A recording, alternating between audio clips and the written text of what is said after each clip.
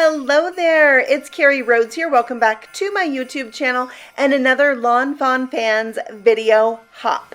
For my stop on the hop today, I am creating a Christmas card with the A Creature is Stirring stamp set. And yes, there is a shaker inside of that oven. The sponsor of our winter hop is scrapbook.com. They are generously giving away a $50 shopping spree to one of you. For my images today, I am using the stamp set A Creature is Stirring for almost all my images. I'm also bringing in the Sprinkled with Joy stamp set and the Crazy Antic stamp set for some more mice and the Oh Gnome stamp set. I get so sad when my stamps are stained black, even more sad when they're stained red, and even more sad when the whole stamp set turns yellow. Are you with me? I also brought in this stump from the Forest Feast stamp set. And then for die cutting, I am using the large Slimline with sliders, the Slimline hillsides, and this tree backdrop, and this stump from the Lift the Flap Meadow stamps die set.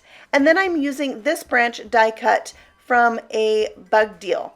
Now I'm coloring my oven with some red Copic markers. It has always been my dream to have a red oven. I would love to have like a 50s diner inspired kitchen.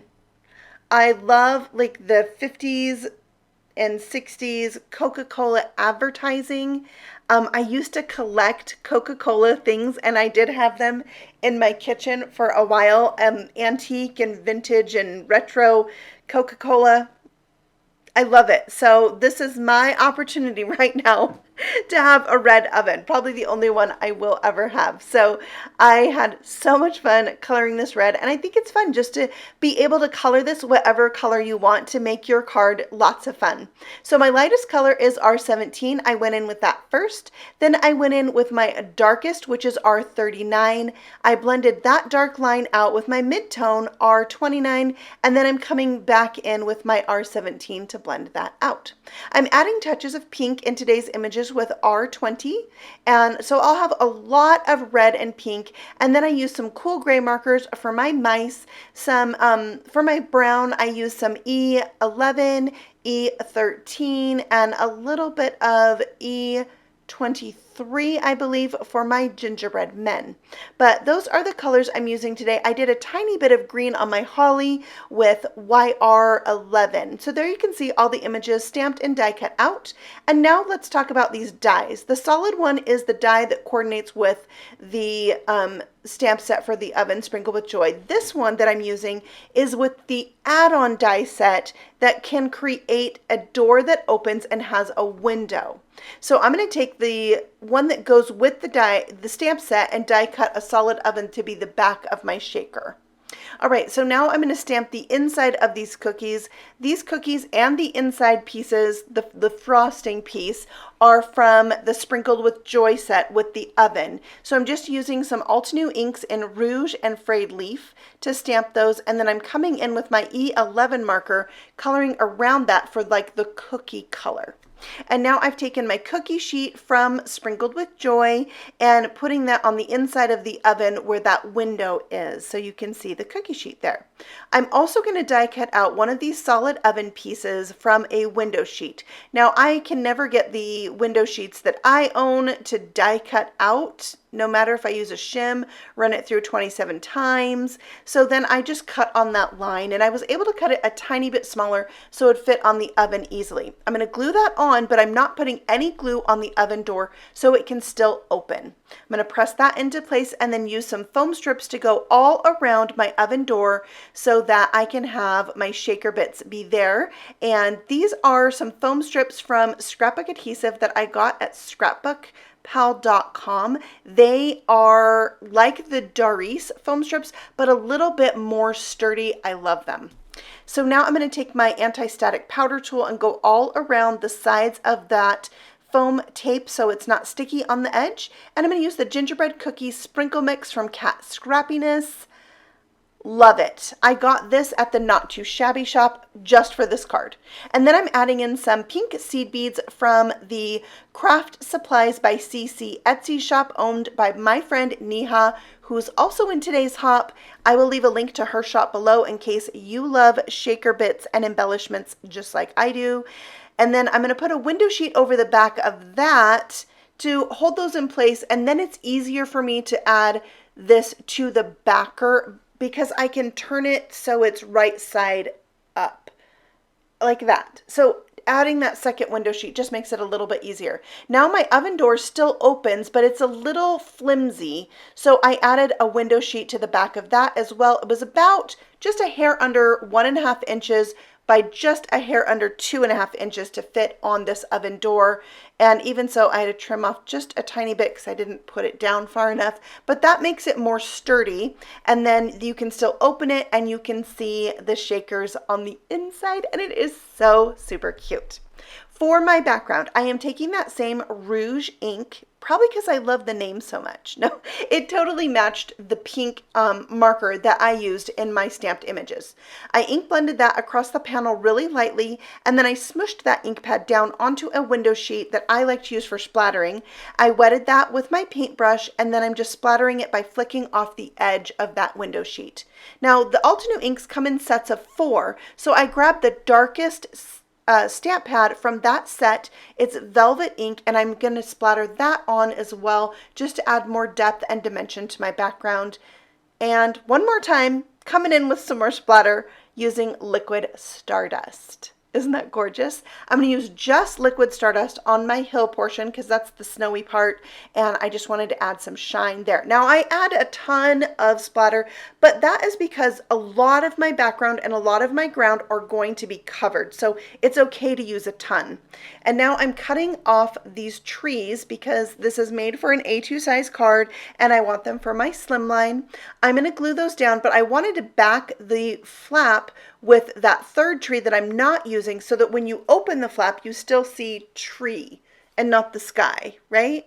So I'm sticking that down to my card so the top of it is flush with that stitched line, and I'll do that with the other tree as well. So I have a tree on either end. Now when I went to add my ground here, it was a little bit too big. So I just put my Slimline frame back on and die cut that again, removing some of the bottom, and that worked really well. Now I can glue that into place, and then I will be ready to add all my things. Now I always plan out my cards beforehand, but this card I had to switch a lot of it around, so that's why I like to just lay out all my images and kind of get a feel for where I want to glue them down before I just jump in and start adhering things. It's kind of part of the planning, and it helps me figure out, you know, what I need to do as far as any adjustments. If I need to add more images, usually I make too many images, but sometimes I have to stamp more. It's just part of card making. So I'm adding some sprinkles into that jar using the same red and pink Copic markers that I used for my card, and then I'm going to start adhering everything into place. I used a mixture of glue and foam squares for this because the oven is already popped up, so I felt fine adding some more dimensional to my images. And I love this card so much. It's like a woodland kitchen. I love all things woodland. I love critters, and also my daughter's really getting into things woodland, which is why I added those little mushrooms from the Gnome stamp set. I think I needed to add elements of the woods and elements of a kitchen to really make this work. So I have the trees and the mushrooms and the stump for my kind of woodland part of the card, and then I have all those tools, like I hang them from the tree, so it kind of turns the woods into the kitchen.